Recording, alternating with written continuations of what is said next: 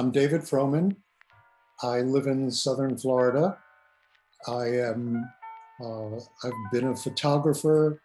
I had to change careers at some time and literally go to the other side of my brain and get into the financial world. Because as I told my 3 children, look, I have to make a choice. I'm either going to be a starving artist or I'm going to make money and put all of you through college. So I made the right choice. They all have master's and law degrees. I'm thrilled that I was able to just do that inside American society and go back to work and make money. And yet I still do a lot of photography.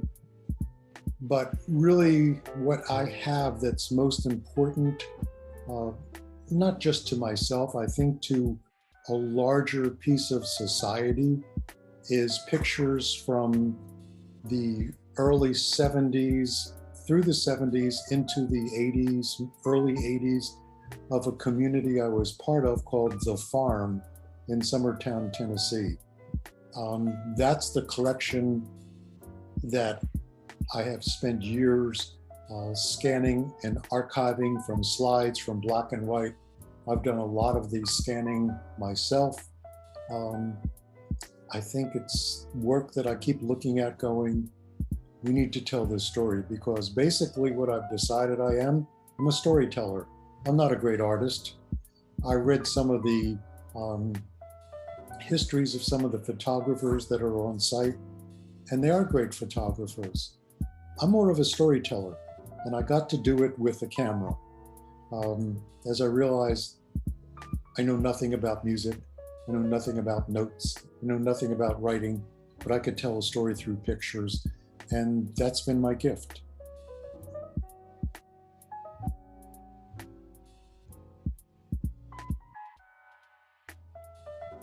I started off, I went to San Francisco in 1967 to meet my father. Never met the man.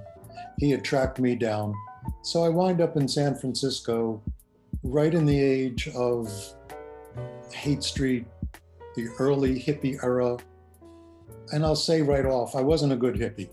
I didn't run to that society. I wanted to try to get to know who my father was, but I was straight out of college. I was trying to avoid the draft. And one day I saw a sign on a telephone pole, and it said, Zen Photography, please sign up. And you had to call the people because there was no computer in those days. And I called this guy, and he turned out to be one of his, if anybody remembers Reader's Digest, that used to have stories in every issue, the most incredible person I ever met. This has to be the most incredible photographer I ever met in my life.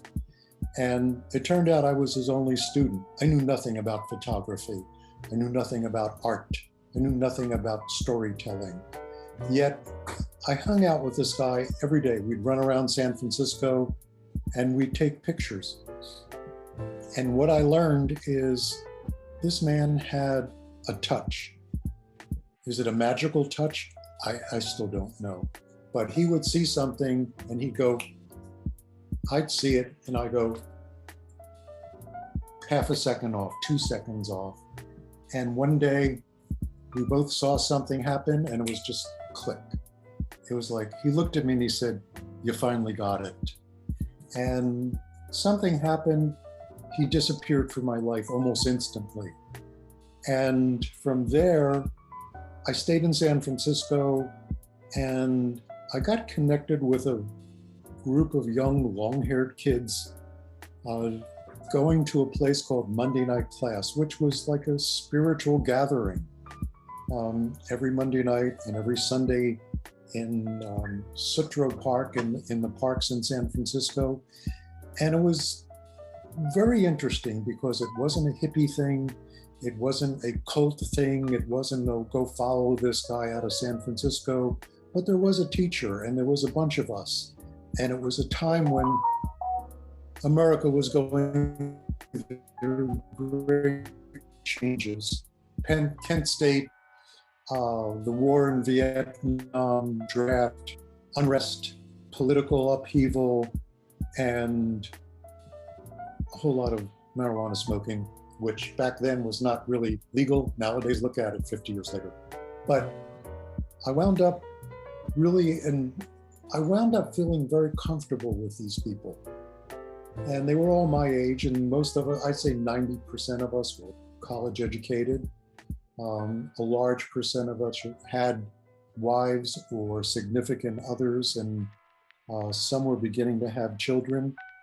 And right at the time of Kent State, the teacher that we had, Stephen Gaskin, was invited to speak around the country to ministers who said, "We don't want our kids to turn to violence.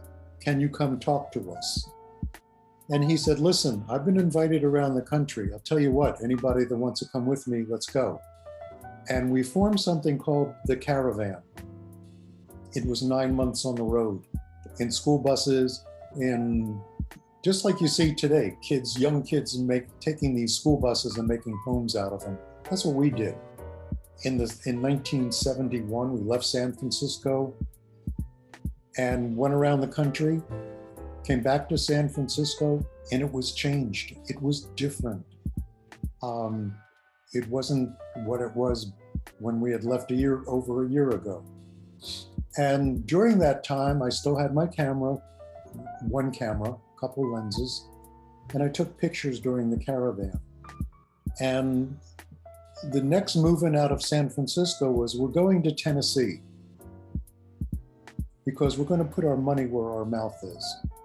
And we like Tennessee because WSM has a 50,000 watt radio station and a media station called WSM TV, and they liked us. And as a young movement of young long-haired kids, we need to be around media because that's what saved us through the country on the Caravan. We were good kids.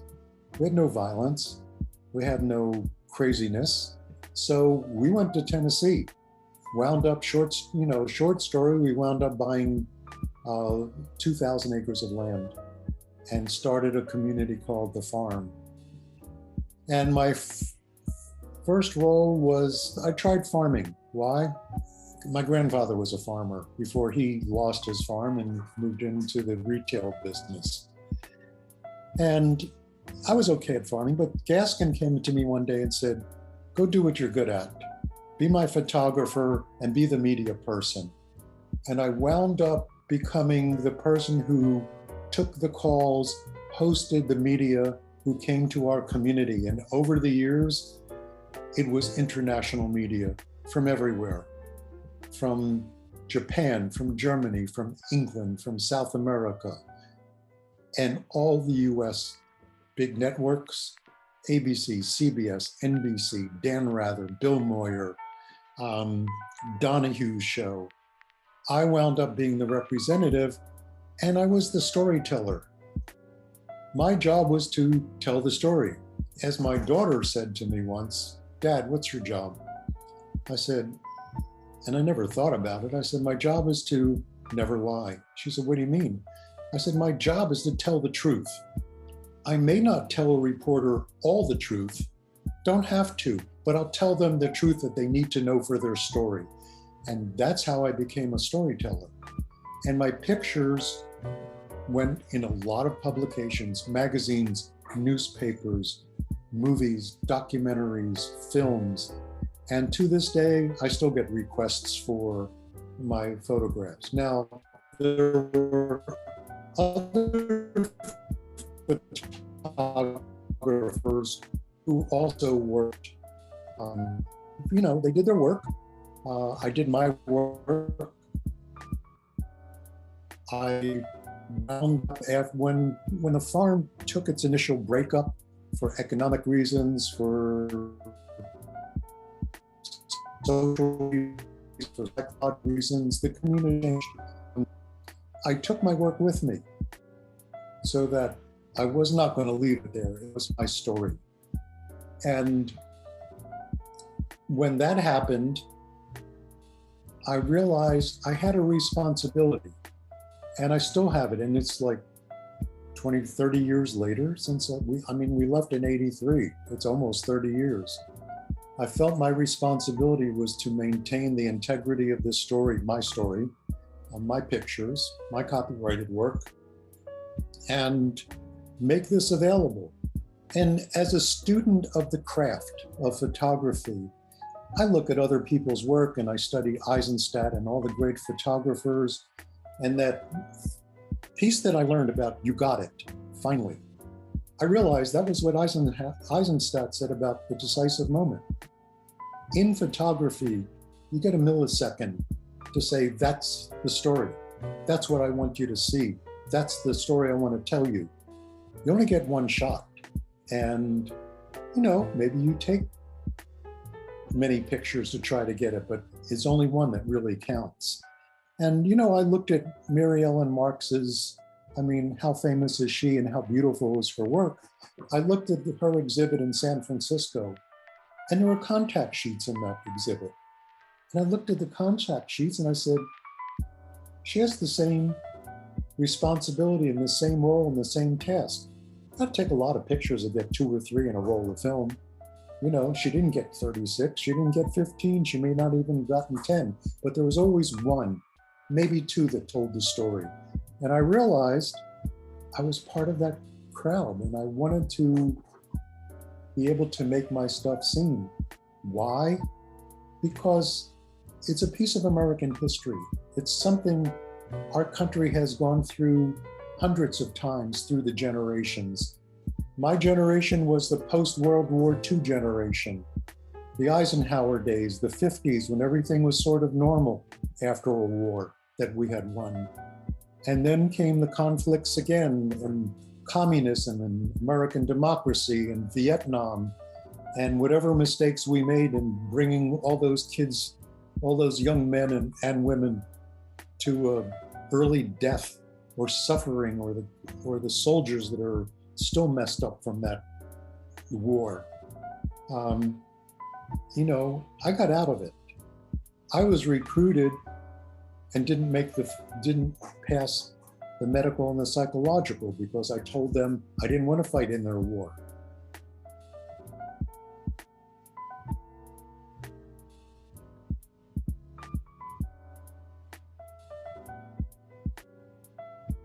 What the value of it was, I knew that I was good at it. The training that I had, the gift that was inside of me. It wasn't given to me. I had to earn it. I had to learn it. There was something that I just said, I'm going around and I'm going to take pictures.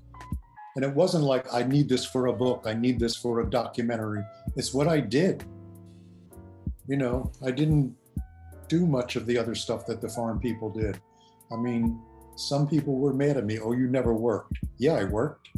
I went around the world. I had a video partner who was trained by Francis Ford Coppola and left that to be part of the caravan and the farm. And we're still best friends after 50 years. And he trained me in video as well. So we did photography. I did the photography, he did the video. We had an international relief group, a 501c3 called Plenty International, which still operates today. And he and I went literally, not around the world. We went to Guatemala. We went to American Indian reservations. I hate to say reservations, but that's what we call them. We went to Lesotho in South Africa. We went to Haiti and Jamaica and St. Vincent and St. Lucia doing charity projects. And with all respect, non-Baptist charity projects, which brought solar technology and solar wind and soy projects around to these countries. And I have to say, it wasn't third world, it was fourth world, it was fifth world peoples that we got to interact with. And I'll say, with respect to all races, I've seen things that very few white people have ever seen. I've documented things in countries where I go, nobody's been here. And more after I left the farm, I said, do you realize what you did? Because the conflict for me, having left the farm, wasn't, the conflict was, did I just waste 10, 12 years of my life I should have had a law degree. I should have been this. I should have had a career in that. But I went and did something. I don't know what made me do it. Was it a calling? Yeah. Was it something that I knew I was going to do from a child? No. Was it something that was bigger than me? Yeah. And every once in a while, as crazy as it sounds, I've told my video partner, Lee Kahn, I said, you know, Lee, I don't think this is the first lifetime that you and I have done it. He said, what do you mean? I said, I just get this feeling once in a while that you and I have done this kind of storytelling before. I said, but the difference this time, we had cameras, we recorded it. And our responsibility in this media world that we live in is to make this story known. Why? It's American history, it's world history. People know us from around the world. I mean, there are some very, I won't name them, but there are some very big media people that I still talk to who go, I remember the farm, I remember doing that. You know, I have pictures of reporters who came and, you know, made stories about our kids in school, about our plenty operation, about our midwives. And talking about midwives, the farm community was at the forefront of the home midwifery movement. And it was very well documented by my video partner and me, and at times a few women, because you really had to be the right person to be able to be invited to a natural birth. And, you know, there was the woman doing a natural birth. No clothes, no censorship. You just had to be part of it with the midwives, and you had to be part of, how do you say it? The vibes. You had to be in it to where nobody felt at risk or looked upon.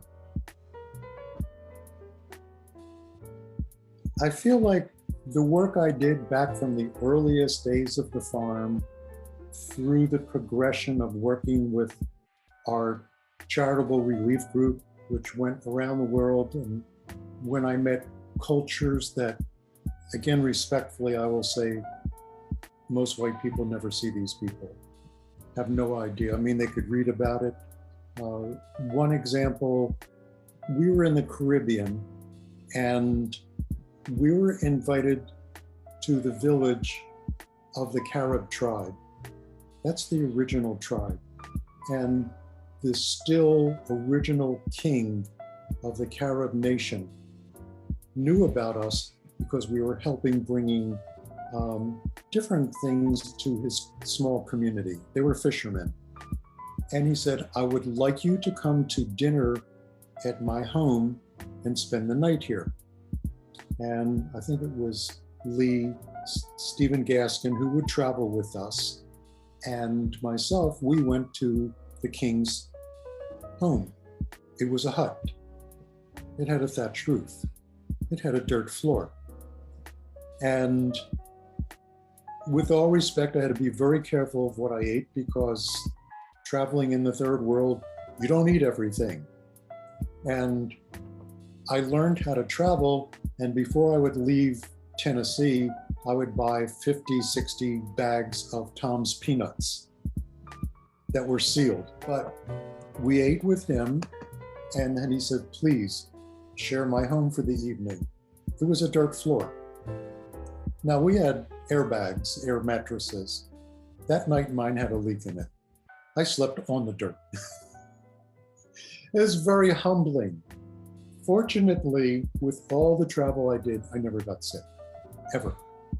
And I didn't realize it until I see what goes on in society today about people getting this germ. And some of the farm did get it, you know, because we did have communities that went to Guatemala, that went to Lesotho, that stayed with the American Indians, and they had ambulance services with the Akwesasne Nation and taught them medical and midwifery. I've seen a lot of stuff.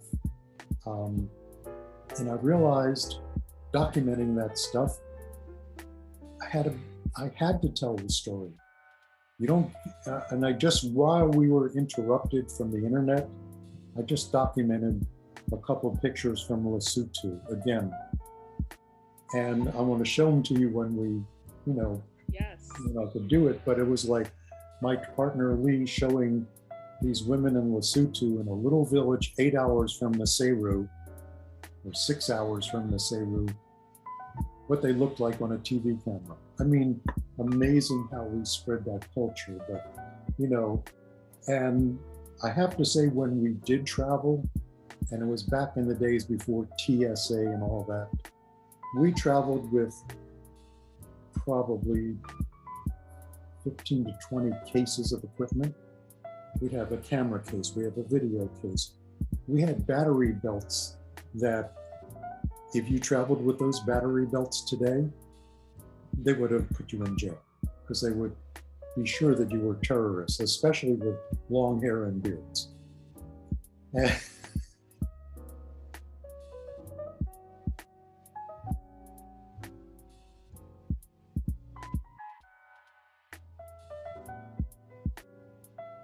I haven't thought about it for years.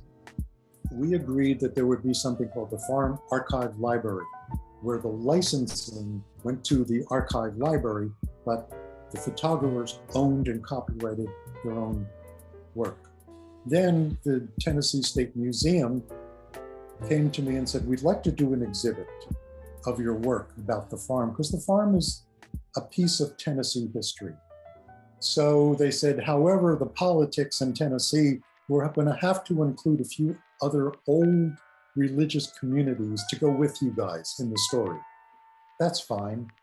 Ruskin, which was some Christian community from the 1800s, or I said, I don't care. So I said, I'll tell you what, I'll donate 50 pictures to your collection. And we gave them a choice. They took 50 photographs and they printed them, and then flew me to Nashville to sign the contract. My work sits in that museum, and that's when I started to realize this is important. This is a piece of history. We are part of Tennessee history. And I think 1 or 2 of my prints are now on permanent exhibit in the new museum that they just built. And it's not an ego thing, it's a responsibility to say, I made history. This history has to be shared in the right way. I've already been in the wrong way and fought them, and we have, I don't know how many hours of video, and they're not all in good shape, and they were 3/4 inch back from many, many years ago. And Lee, the partner, he was able to scan them in old formats many years ago, so I don't know what shape they're in. They're sitting in an air-conditioned storage bin in Tennessee that he said to the Farm Archive Library, hold these, don't use them. I hope they're not using them. There's a lot of trust going on, but nobody gets my pictures. Except what started in me is, this is a worldwide story.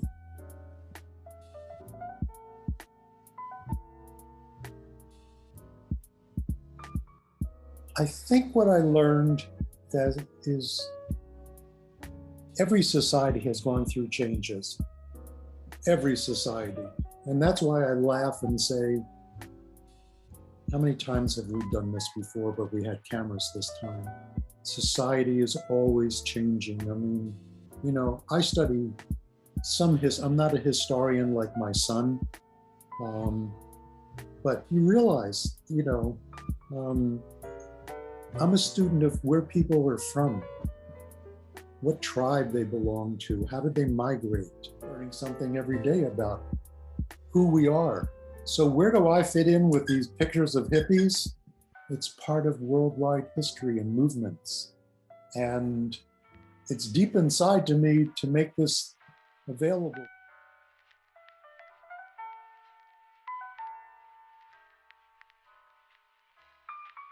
An interesting part I haven't touched on is at some point after I left the farm, there I was in society. Like a lot of the farm people. I mean, we weren't cast out, we left.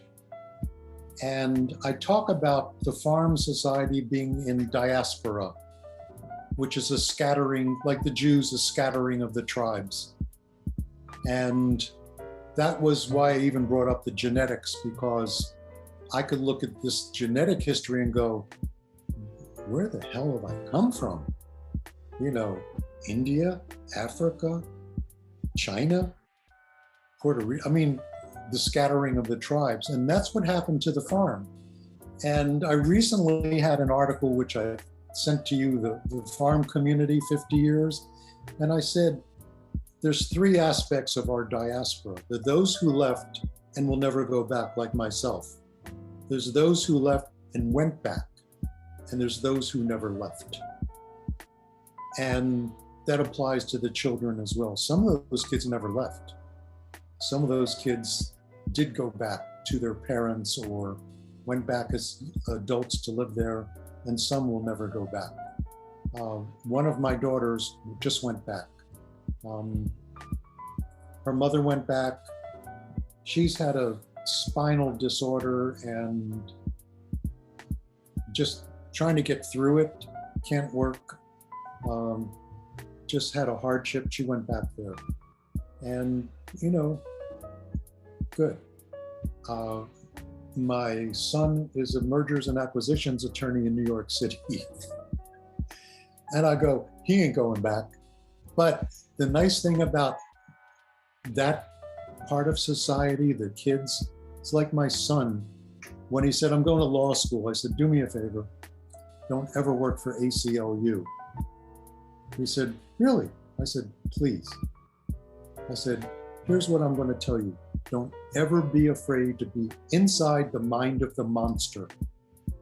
He said, what do you mean? I said, don't ever be afraid to be part of the power. Because if you can have the income and the influence, you can do more than 10,000 hippies in the street protesting. You can make changes in this society that you know need to be made. And the first pro bono he did for his law firm was the Sioux tribe against the Nuclear Regulatory Commission. It took 10 years, but they eventually won. But he was an initial, and they made him a part of that tribe. They said, you're an honorary member for help. That's the heart I wanted my kids to have, and they all have it. And that's what I see with a lot of the people from the farm community. They still have heart, wanting to do something that changes the world. I don't say save it, change it a little bit. What I went through, and what the point I'm trying to get at is, I went out into society and I looked at myself and I looked at my three younger kids. I was 5 years away from the first kid going to college. I had no money. I mean, never had any money. And my family didn't have any money. And I said to myself and to my kids, you know, I could be a starving artist, be a great artist. I'm pretty good with a camera. Or I could go out and make some money. And I said, I'm going to find a job. And I went into the financial world. Why? It was the other side of my brain. I was already trained for it. So here's a connecting story. One day I see my old video partner, Lee. Hadn't seen him in a few years. I'm dressed in a Hart Schaffner suit, a Xenia tie, which is all, you know, top of the line kind of, that's how you dressed for being in the financial world. You know, good clothes. Not that it made the man or the woman, but you wore nice suits. And I enjoyed it.